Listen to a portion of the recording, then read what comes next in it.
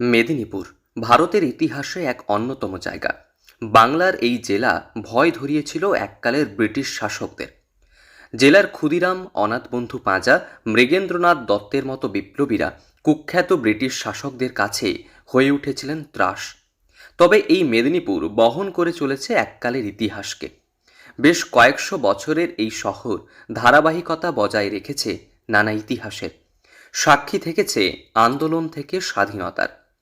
মেদিনীপুর শহরে রয়েছে ব্রিটিশদের তৈরি একাধিক ভবন। বেশ কিছু ভবন ভগ্নদশায় থাকলেও তা প্রকাশ করে এককালের ইতিহাসকে। দেওয়ালের প্রতিটি ইঁটে লেগে রয়েছে আন্দোলনের নানা কথা। ভগ্ন ব্রিটিশ আবাসনে কান পাতলেই শোনা যায় অত্যাচারের নানা গুঞ্জন। মেদিনীপুর শহরে রয়েছে বার্জ টাউন। স্বাধীনতা পরবর্তী সময়ে এই বার্জ টাউনের নাম নিয়ে অনেকের মধ্যে মতবিরোধ থাকলেও এই বার্জ টাউনে থাকা আবাসন বয়ে চলে ইতিহাস।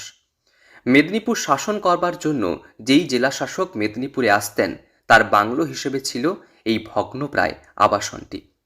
অঘোষিতভাবে এখান থেকেই জেলা পরিচালনার একাধিক পদক্ষেপ গ্রহণ করতেন শাসকেরা।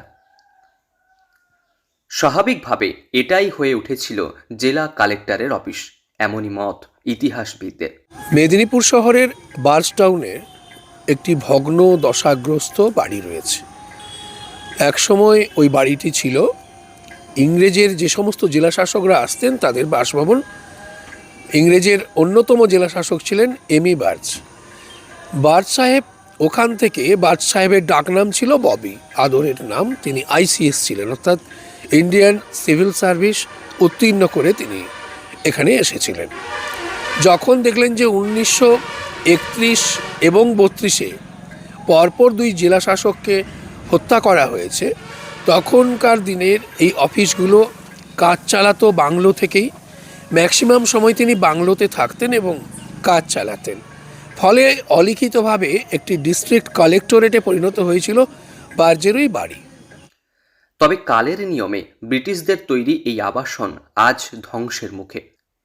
চারিদিকে ভরে গিয়েছে আগাছায়, বেশ কিছু অংশ ভাঙতেও শুরু করেছে। তবে ইতিহাসের সাক্ষ্য বহন করে চলেছে এই ইমারত। কে এই বার্জ? ইতিহাসবিদদের মতে বার্জ ছিলেন ব্রিটিশ ভারতে মেদিনীপুরে আসা এক জেলা শাসক, যিনি মেদিনীপুরের মানুষের উপর অত্যাচার চালিয়েছেন। তবে 1933 সালের সেপ্টেম্বরে অনাথবন্ধু পাঁজা এবং মৃগেন্দ্রনাথ দত্ত অত্যাচারী জেলা শাসক বার্জকে হত্যা করে। তবে মৃত্যুর আগে বার্জ টাউনে থাকা এই আবাসনে থাকতেন বার্জ।